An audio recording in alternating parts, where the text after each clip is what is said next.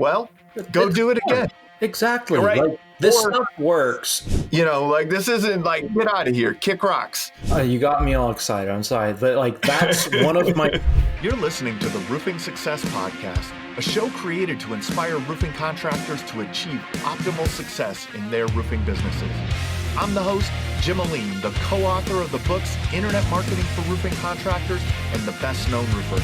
I'm also the co-founder of Roofer Marketers, the leading digital marketing agency for the roofing industry. On each episode, I sit down with industry leaders to talk about their processes, the lessons they've learned, and how to find success in roofing. Hey, welcome to another episode of the Roofing Success Podcast. As always, I know I've asked you before, and you didn't do it. There's that button in front of you. It says subscribe. It says comment. It says like. It says follow.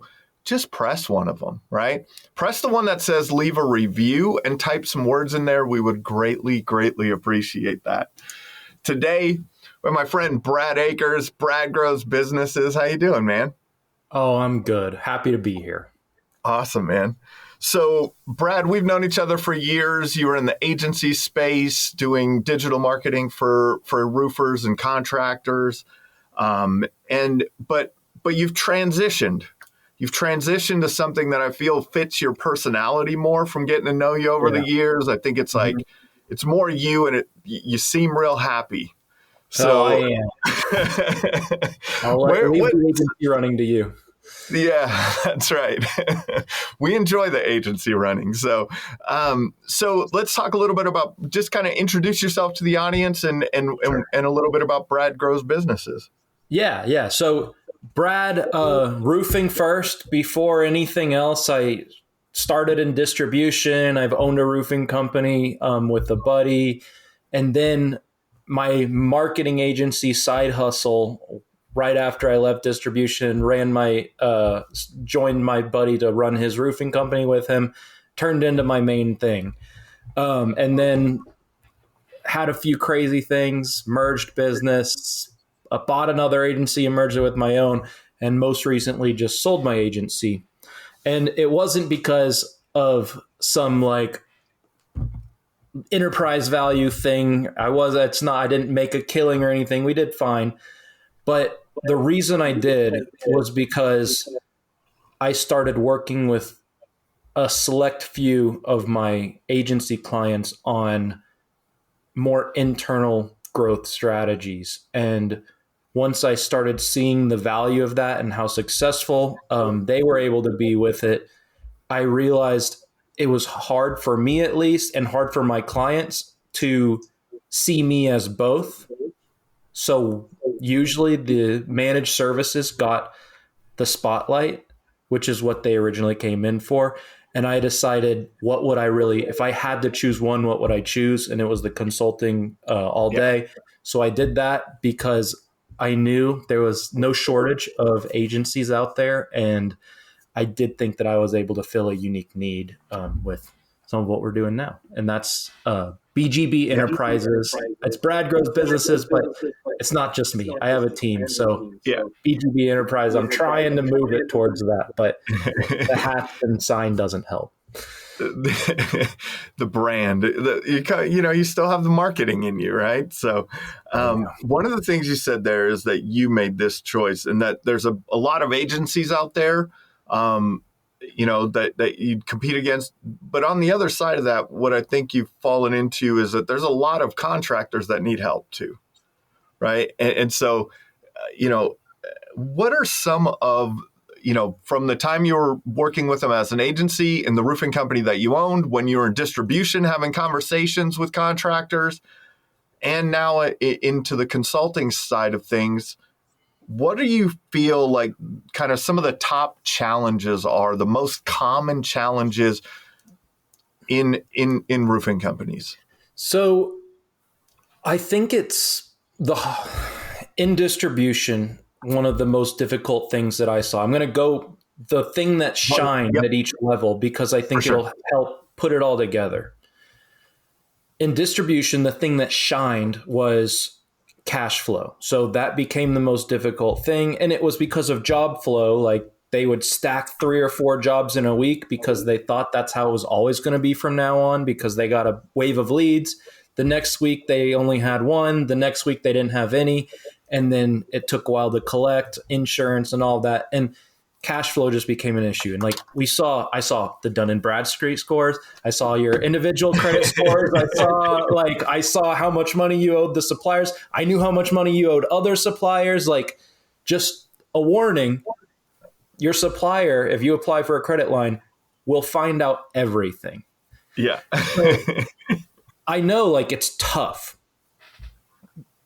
And I saw, like, okay, my elementary understanding of that at the time was, well, they just need more jobs on a normal basis, because I was young, I didn't really know all this stuff. So that's where I got my really into the marketing side. And then I went and joined my buddy in his roofing company as a partner.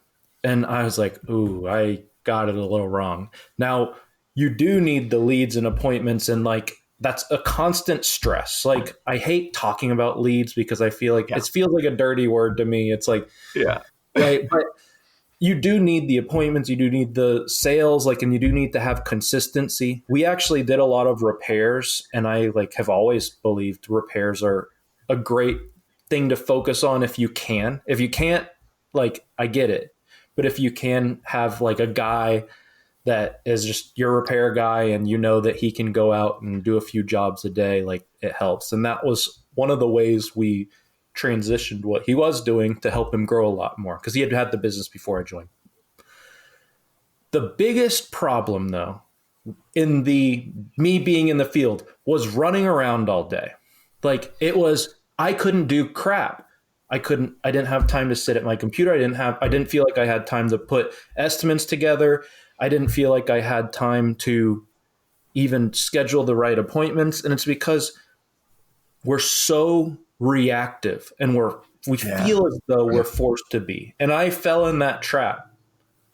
And as I was so reactive, we didn't plan for what was inevitably going to happen. So during the build or at a repair, someone needs to go get 3 more squares, and then you go do it. Someone needs to go get the 10 more pieces of drip edge, and then you go do it as the owner or as the project manager, salesperson, and you're running around all day. If you're squeezing in additional appointments in that, then that becomes another place to stop. Sometimes you have 2 repairs and 1 appointment in the day, and that's not a huge amount of revenue generating activities. Truly, 2 repairs, maybe $2,000 in total revenue for the company, and then an appointment. Realistically, I love the people who are like, I close at 40%. But realistically, a 25% to 35% chance that you're going to close them. So it's not a ton of revenue generating activity, but that's a full day. And so time management, organization, systems and processes, all of that was the thing that I started realizing. It's it feels like you can't build them once you're already in the middle of it, because you just don't feel like you have any actual time. And when you do have a moment, you're tired. As the agency owner, my big thing that I realized was little stuff, office stuff, answering the phone, getting to leads quickly. And then I think my biggest one that even at the time drove me crazy was when people came to me thinking that I was the answer to their business growth. Because they're like, no, I am not, and I can't be. And if you wanted me to be, one, it would be superficial, because if I was doing all that and then I died, your business growth would stop. 2, you probably don't have the budget to even create a superficial version of that right now, which is fine. But just so you know, the $7,000 a month total budget is a lot. I get it. As a business owner, if someone's like, here's a $7,000 a month new expense, I'm stressed. But that's not a huge amount in comparison to some of your competitors, some of what's happening on Google. And Google, like, remember, that's like usually Google ads and SEO. Those are the two. More and more and more people have begun investing in SEO, but there have not really become more spots. And the keywords haven't really changed that people spend. Yeah. Google ads. More and more people are investing in Google ads, and they actually have created more spots for Google ads, but only those top 3 are the ones that are getting any significant amount of traffic. Yeah. And so, like, you're entering a race that some people have been in for a lot longer than you, and you're hoping that the agency is able to use what they know about the algorithm that's not publicized to get you to win the race. And there are people that do it. We did it for some people. Jim, I know, does it for people. But it's hard, and it takes time, and it takes investment. So putting your business's growth, like putting the majority of, like, okay, I need my business to grow, into that investment is dangerous. But investing less than that $7,000 a month, that can be dangerous as well. So the problem I wanted to solve when I created my consulting company was, how can I make that $7,000 a month go further? And even if you don't invest that $1,000 a month, how can I make those organic leads that you're already generating go further? How can we create some actual organic growth? Not organic like us marketers say, like post on Facebook and SEO and all that, but like true organic, like grassroots growth. And how can we create those types of strategies so that you're able to have an actual foundation, and so that when you do hire someone like Jim, who does great at Google ads and does great at SEO and Facebook ads and any of the things that you hire him for, he's at the top of the game. He's been doing this for a long time. Pay attention to who's been here. You're going to allow that investment to go significantly further, and he's going to be able to, one, have the room to do the big stuff, the SEO, and really able to get your website where it needs to be. But two, you're going to allow Jim to take the place that he is supposed to take. And I hope that he agrees. I'm pretty sure he will. But as someone who is a supplemental, like, it's for your growth, like it's a supplement for your growth. It's not the thing. Yeah. He is supposed to facilitate growth, not be the growth. And you allow him to take that spot, or any agency, frankly, and they're going to do a lot better. So I frame it, Brad, in terms of need leads and want more leads and want more leads, right? If you need leads, that's who the lead aggregators prey on a lot. That's what all the bad press is about those companies. And even some of the more predatory agencies. They are predatory in certain ways, they're right? Looking for that. That's right. Not all of them. You're not. Not all of them. They understand that, though, right? They understand that you need. So if you're in a position of need, man, that tells me that you don't have your systems and processes dialed in. You may not have your sales process dialed in. You may not have your call answering dialed in. You may have other gaps in your business. A good example of that, I'm sure you know Chuck Toki from Top Rep, right? Like, yeah, he told me a story about when he was the vice president of sales for Able Roof, Mr. Roof. And he's like, we'd buy all the home advisor leads that we could get our hands on. And that is so counterintuitive to what a contractor thinks, right? It's like most contractors, if I said that to you, buy every home advisor lead you could get your hands on, you'd be like, yeah, go somewhere, Jim. Like, and like this isn't like, get out of here, kick rocks. Have you ever ran a home advisor lead?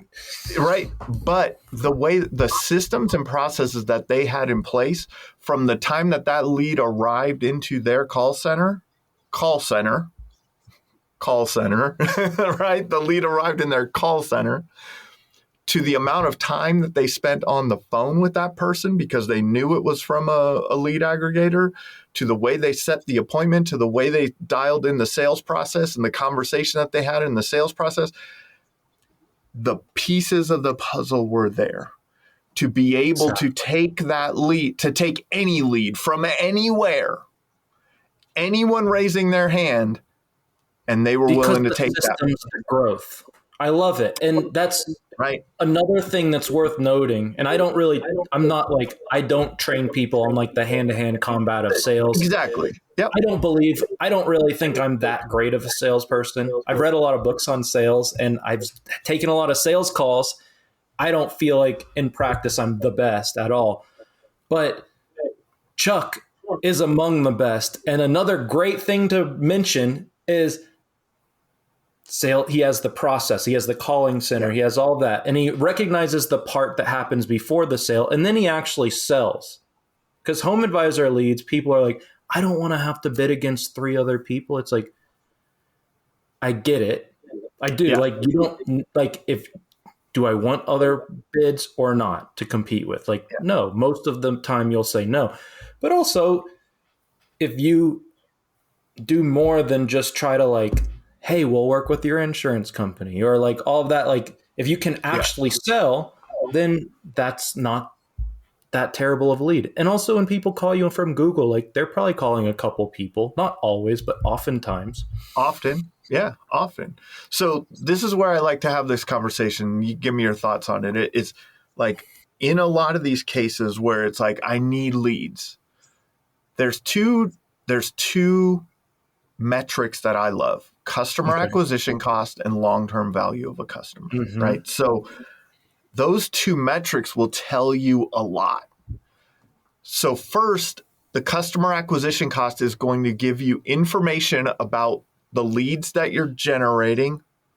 It's going to give you information about your sales process, right? You can measure a lot of things in between that, like, number of leads from X lead source, and measure that through appointment set, and then measure that through sales conversion, and right, like you can measure these things. Exactly. Yeah. But the metric is customer acquisition cost, it right? All moves down to that. That's the end. It all moves down. It all funnels down to customer acquisition cost, and that's where a lot of times when you need leads, what you'd mentioned earlier, like a lot of times you don't have you don't have the money to buy customers. Right. So that customer acquisition cost, there's an old adage, the company that can pay the most for a customer wins. That. Right. I love that. And so nuance of that. Yeah. So when they do that, what I've learned over time is the companies that can pay the most for a customer are the best at turning that into creating the best long-term value of a customer. So they may pay more for the customer here, but through their customer journey and the customer experience that they create, they generate more business down the road. Right. I love that. So that's kind of where I'm like some of the things you were talking about. That's where it made me think of. I love, you got me all excited. I'm sorry. But like, that's one of my favorite, whoever can spend the most to acquire a customer wins is one of my favorite. Yeah. Because the majority of people think there's like 2 to 3 options. They think, okay, whoever can spend the most to acquire a customer, so I need to operate on smaller margins.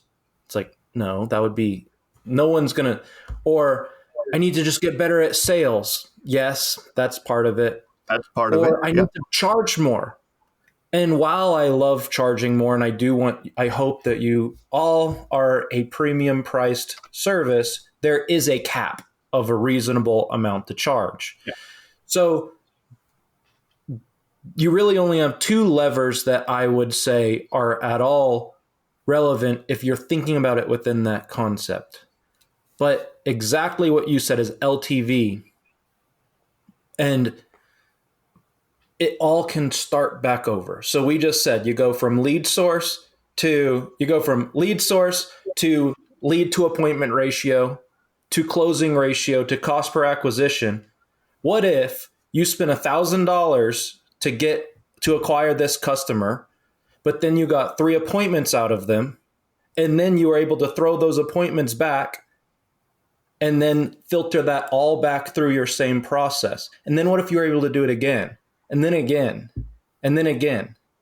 That's how Warren Buffett got rich. So the point that I'm making is like, it's so much, like the LTV is one, how much over time they'll refer you business and all of that.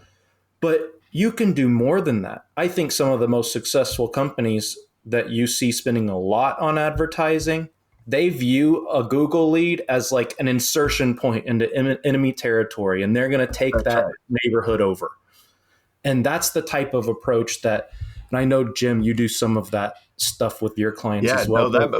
That's it. The way I put it simply is the companies that can turn one into many are the ones that win, right? Exactly. And I think we were having a conversation. I think it was back in September. We were having a conversation, and like you were telling me a strategy that you've been coaching on, consulting on with some of your clients. That's almost like that as kind of as a starting point. Like, let's start with that as the foundation. So instead of starting with, let's start with 100 leads and hope for the best. Let's work it backwards and start with how to increase the long-term value of a customer. And then we work back to the leads that we need, right? And now you'll have clarity on how many you actually need at that point too. And they're more valuable. A lead is so much more valuable when you know that you can turn one into many. So I wanted to talk to you a little bit about that. I think you called it like the Trojan horse or something like that. I don't know what you're good branding, Brad, like I try. So the Trojan horse campaign is one of the many strategies that we teach, but it's one of my favorites. And it's kind of like the first big thing. We help them get some initial systems set up. I just call it like a compounding process. So what we do is we look from from the first appointment all the way till after the deal's closed. We try to create how at every single point, all the way at the appointment is where we start. How can we create a compounding effect at the appointment? How can we create a compounding effect during the build? How can we create a compounding effect after the build? And that really is just exactly what Jim says, turning one into more. Can we turn one appointment into a third appointment before you even get the deal? The answer is yes. And you can use the clout that you have that other people don't necessarily have, that you just checked out Susie's roof. Like, that matters. That's why door knocking works well. But the thing is, if you're knocking doors, and I'm not knocking, I don't dislike door knocking, but you might piss off 50 people before you get that one person that now gives you a reason to be there for the next person. But you don't need to wait for that 50th person. If you're getting leads online, or if you have a different lead that came in whatever way, that's your first person. Anything, any way a lead comes in. Context shift. Yeah. You just can't be like, all right, Jim, you're the only way I'm going to get leads. Like, no, use Jim to get your next lead. So Trojan horse campaign. So we create that process, and that's like the first step. That's like the first 2 to 4 weeks of working together. That's what we're always doing. But then we launch with what I like to call a Trojan horse campaign. And you mentioned at the beginning of the call, because I thought is like, how can you create momentum from nothing? Yeah. And I loved that, because it's like, I hadn't thought about it like that, but it is like, how can you look at your assets as a company? The biggest asset most of you have, especially if you don't have big processes yet, is probably not even your brand. It's probably your list, if you know how to use it. And like, that's a marketer thing. Jim's like, yeah, the list. So I'm like, yeah, lists. And you guys are like, what the heck am I supposed to do with all these random people that never answered the phone when I called them from Facebook? It's like, I get it. But who have you already done work for in the last year? And who's already happy? They're like, man, Jim's roofing was great. And maybe you didn't have a formal process for getting them to give you a referral yet. most likely. Maybe you had like, hey, we have a referral program, just $250 if you think about it. And then it's done. And then they forgot about it. You forgot. I don't know if I told them or not. And it's there. No, instead, let's create a formalized version and then call. Maybe go to the last, maybe look up your top 5 zip codes. You can do that by exporting your list from your CRM and then sorting by the column that is zip codes, as long as you make sure zip code's an individual column. Look up the top 5. Out of those top 5, choose 3 to 5 people that that you recognize the name. You're like, okay, I think we can form a relationship with this person. Call them and say, hey, as a sign of appreciation and just to show that we haven't forgotten about you, we actually wanted to give you a free, like 6-month maintenance, 1-year maintenance, 3-month maintenance, like whatever. The time frame doesn't matter. Just match it to whenever they got their roof replaced. And just check out your roof. We're going to reseal anything that needs to be resealed, make sure it looks good, and just want you to know that like we care and like we'd just love to be able to do that for you. Assume the close. Like you're not selling anything. It's like, when's a good time for us to come out? Don't say, is that okay? Like if you ask for permission every single point, then people are like, maybe not. No, it's fine. I think it's holding up good. You don't want that. You just assume the close. So you get them out there. First thing is first. Now you have an excuse to be on that block. So send some mail, show up 15 minutes early, put door hangers out, do all the things that could potentially get you in front of some other people. Then when you do the inspection, make sure that the homeowner is there and say, we need you there. Actually, it's a new policy or something, like whatever. I'm not saying lie, but like make sure they're there. Once you get them there, say, hey, I actually forgot to tell you, we have a new referral program.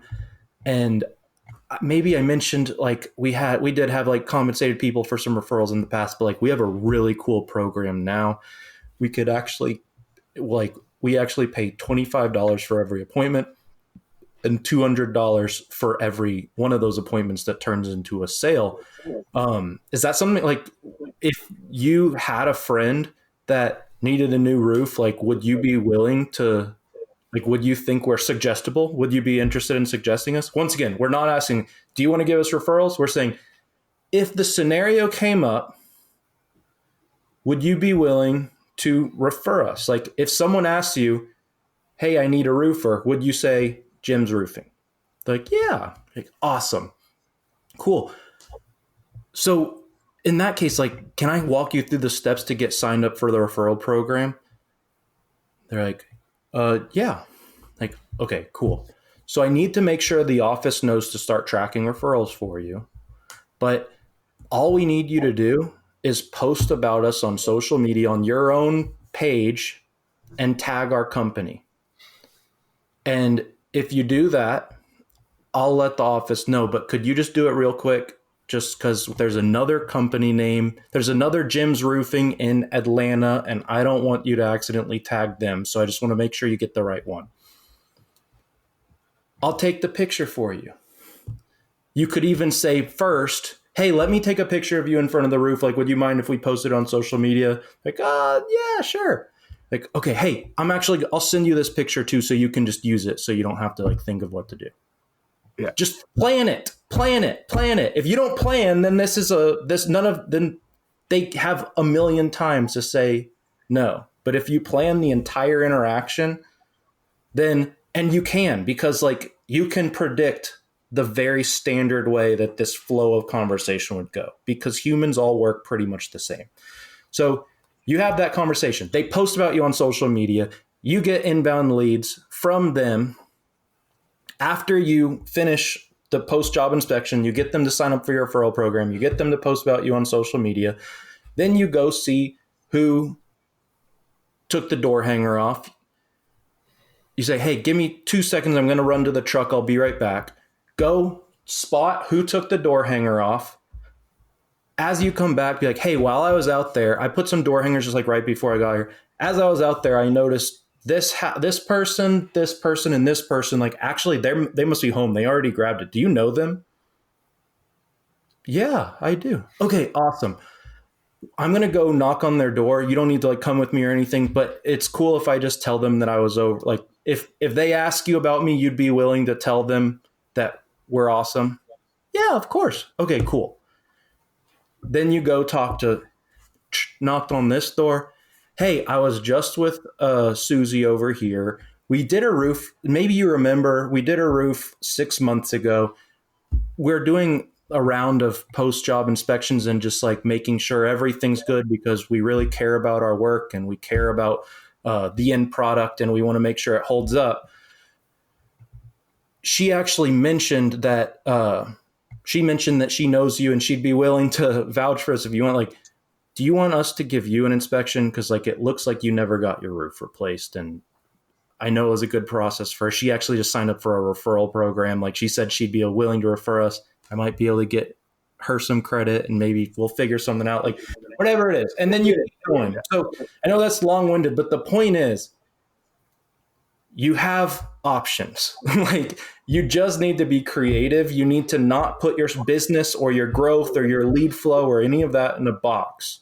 And if one of the things that you can think through at every phase, at the adjuster meeting, at this or that, how can I get in front of more neighbors? How can I turn this one into many? How can I incentivize people to talk about me in front of their networks? And if you have all these things and you're doing them very intentionally, and that's what we do is like put it all together, like mastermind it together. But that's right. The thing is, if you can do this stuff, you will create a massive snowball that begins building. Day 1, it's fine. Day 7, you're like, okay, it seems like something's working. Day 14, like, okay, things are going. Month 2, you're busier than you've ever been. And that's the type of thing where like, it's like, that is the foundation. And if you have that foundation from a lead flow and sales and marketing process and all of that, you are going to outperform almost everyone in your market. And your biggest problem is going to be people, which is that's when like real leadership begins. You can step into like, that's probably what you pictured when you created the business. Not everyone, but a lot of you. And that's how you can actually be in a position where you can really build a true team and business. I'm not saying I'm not going to be the one who's like, you don't have a business unless you have, but I will say like, this is a business. This is a company that is growing because of things you've done on the inside, not a bunch of random things that you can't control. It's intentional. It's intentional, right? And it's intentionally creating, this is what I'm hearing in it. And what I heard when we were talking back in September, it's like, this is intentionally creating additional opportunities and activities, right? Like, or the activity that you're doing is generating additional opportunities. And it's only time, right? It's just time. It's a little bit of time. It's a little bit of extra time, but it's intentional, right? It's intentional that you show up to the meeting 15 minutes early and you put the door hangers out. Or if you do that in the morning, drive around and hit all the door hangers in the morning, and then you go back in the afternoons and you do your maintenance inspections, and now you might have a few more door hangers taken off, right? Like, so you're setting up what's going to happen in the future. You can also do it with direct mail. We work, with dope marketing, and one of the things that we do is you should do it all, right? And when you get a signed contract, everyone understands, put a sign in the yard, right? Why do you put a sign in the yard? Well, so the neighbors see you.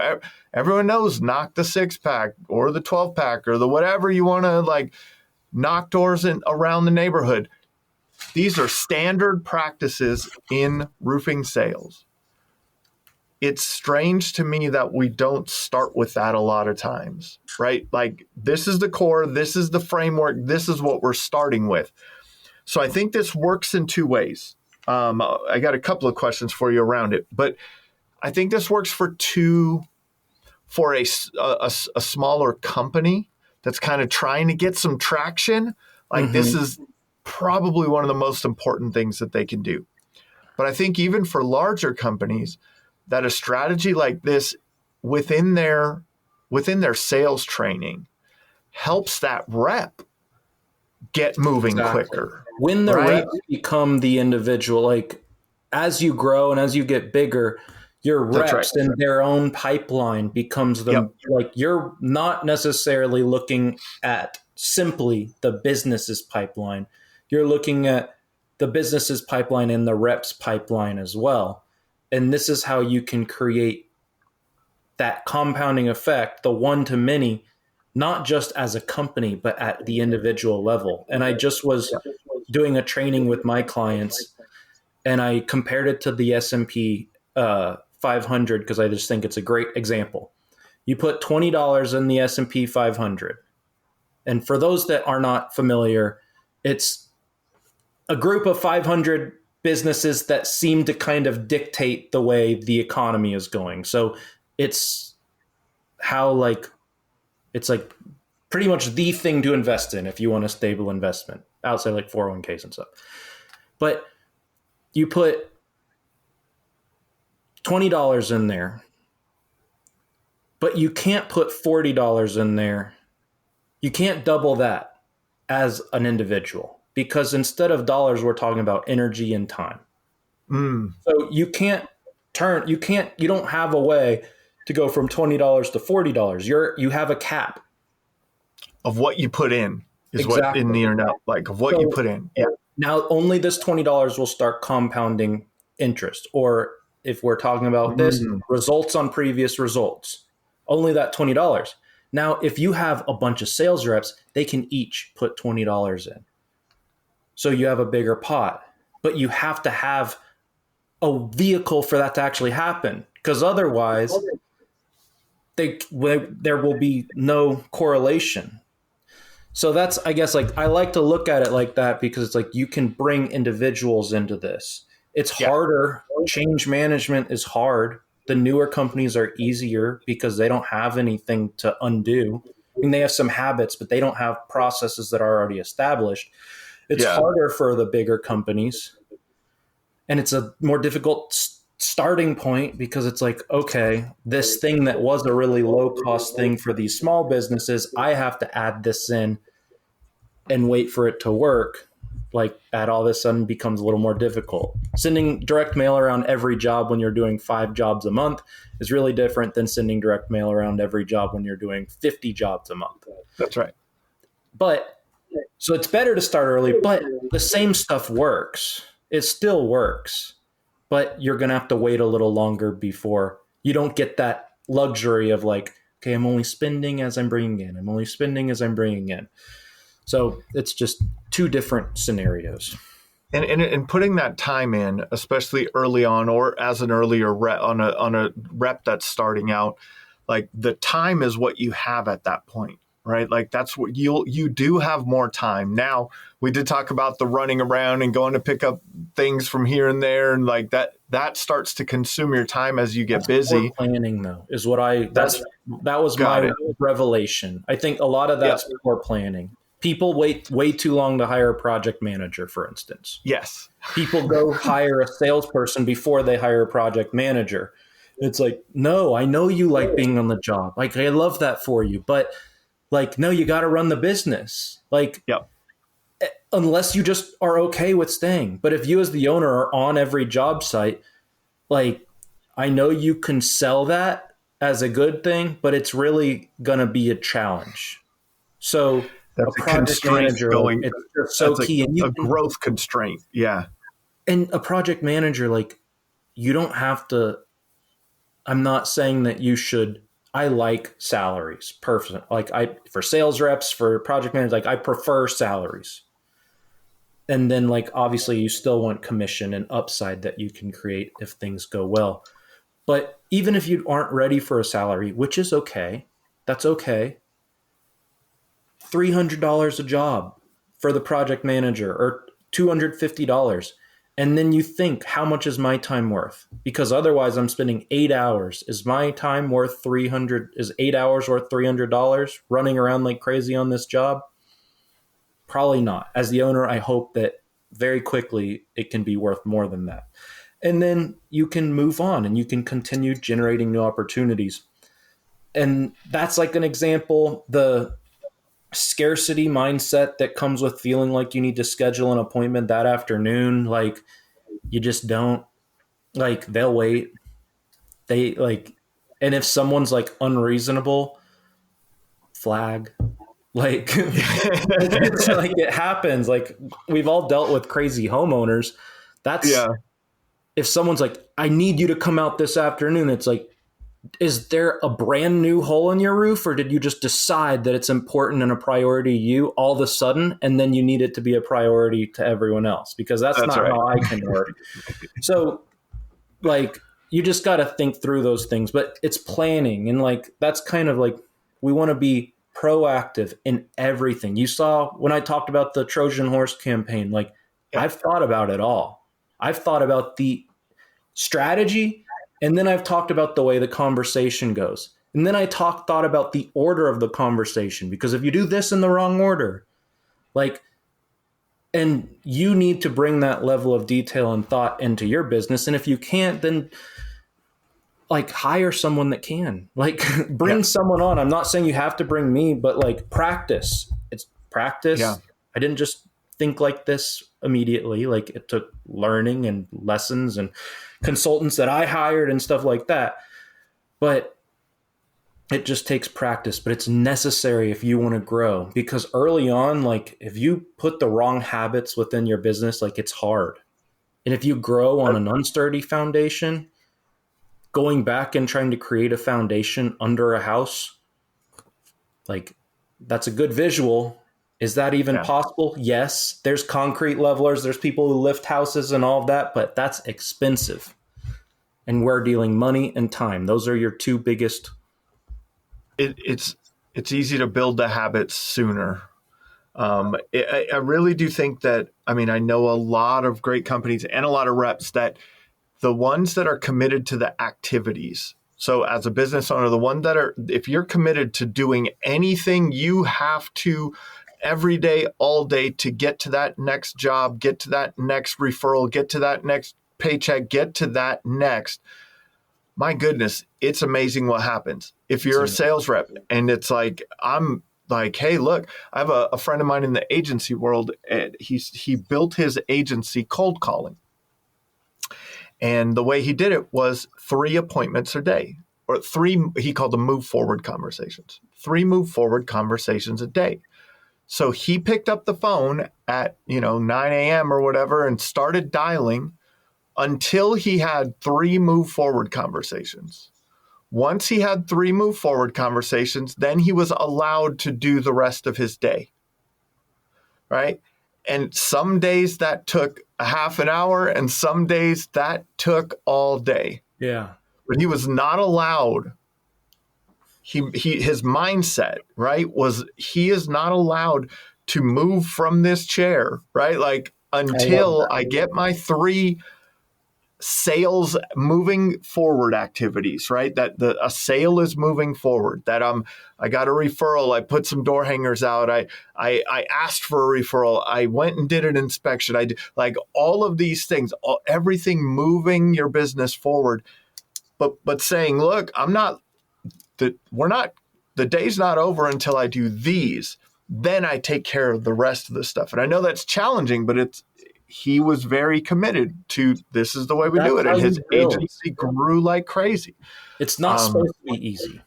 Like, it's just not supposed to be easy. Supposed to be easy. There's nothing, no one really told you it was going to be easy. If you fell for something, like, if you thought it was supposed to be easy, you would be in the agency world, because we're told it's way easier than it is.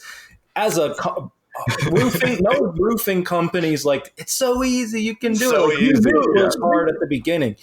But it's like my favorite, Alex Hormozy, we all know him, but something he said was, he just used an example where people are like, oh man, this is awful, blah, blah, blah. How have people ever done this? And he goes, this is what hard feels like. And it's like, whoa, like, okay. And it reframes you immediately. Like, oh, well, I expected hard. Did you think it was going to be easy? No.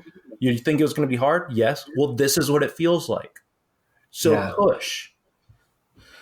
this is what hard feels like. Remember that, everyone, because that, like, there are those times, and it's real easy to analogize to like fitness and things like that. I've heard this before too. Like if you want to be physically fit, like people that are physically fit and really in top shape, they live sore. Like they're almost never not sore somewhere. I know right? nothing Because about that, but I don't either.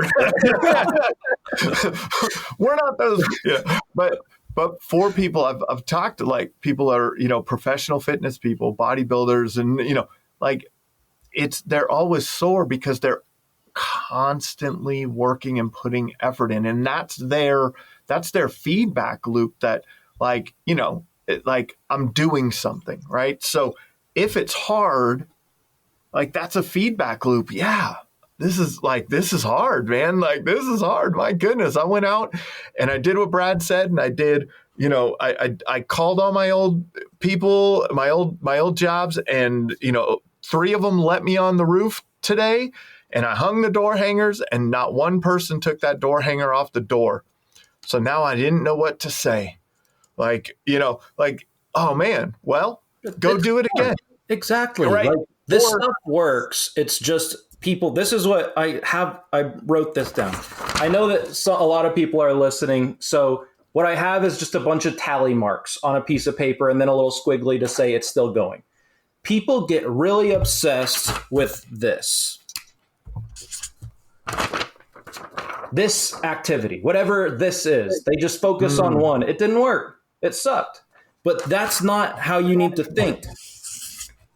This is what you need to think, which is circling all of the tallies, because it's a group of activities. A quote by someone named Robert Collier.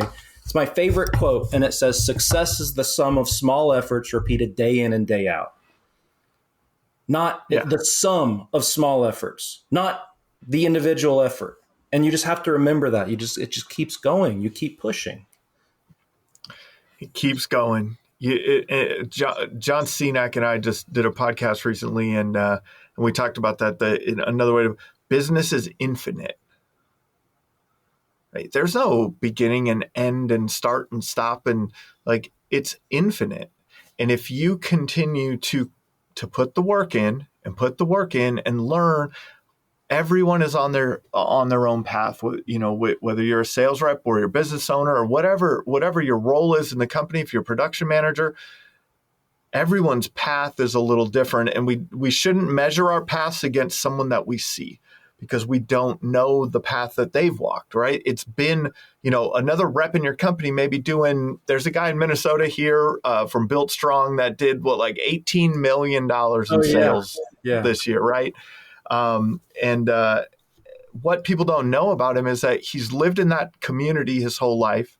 He's networked with everyone. He knows everyone. Everyone in town knows him, and he built a successful business. He on leading into that $8 million a year, he sells 2-3 million, from my understanding, right? Like, I've never talked to him about it, but then there's a headline of did 18 million this year, and it's like, oh my goodness, like that's like what's the Super strategy? Bowl, right? Oh, if I just do exactly what you did. Well, for the last 15 years, I don't know how long, right?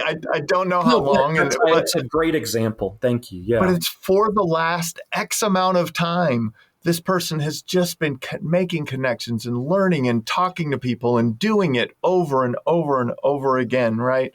And those reps, the conversations get better, the understanding of your customers' problems get better, and learning how to solve them gets better, and learning how to develop those relationships that lead to more referrals, and all of that just gets better and better and better over time.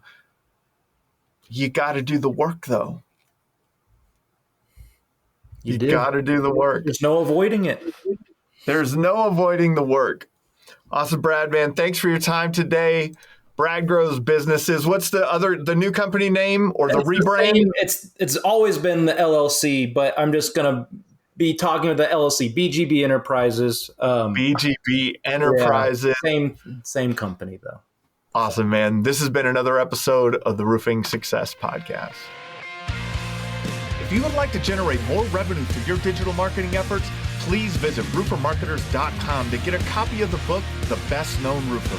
Also, check the training section of the website for guides on everything from running effective pay-per-click ads to how to properly set up your Google My Business listing. Thanks for listening.